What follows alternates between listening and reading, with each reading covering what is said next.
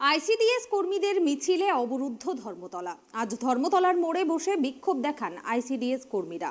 পদের স্থায়ীকরণ, বেতন বৃদ্ধি সহ একাধিক দাবিতে বিক্ষোভ কর্মসূচিতে নেমেছে অঙ্গনওয়াড়ি কর্মীরা।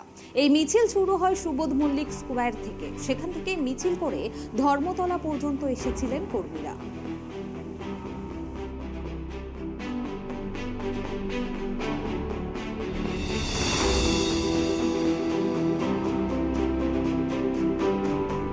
দাবিটা তো সাংঘাতিক একটা, রাজ্য এবং কেন্দ্র সরকার, এই রাজ্য কেন্দ্র সরকার যেভাবে মিড ডে মিল কর্মীদেরকে একটা কৃতদাসে পরিণত করবার পরিকল্পনা করেছে।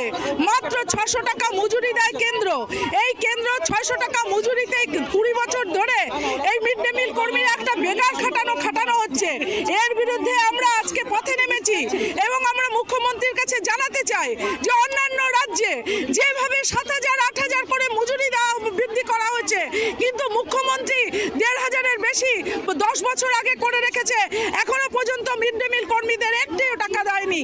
12 মাস কাজ করে 10 মাসের মজুরি দেওয়া হয়।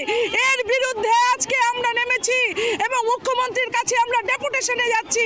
যতক্ষণ না ওনারা আমাদেরকে প্রতিশ্রুতি না দেয় ততক্ষণ আমাদের আন্দোলন জারি থাকবে।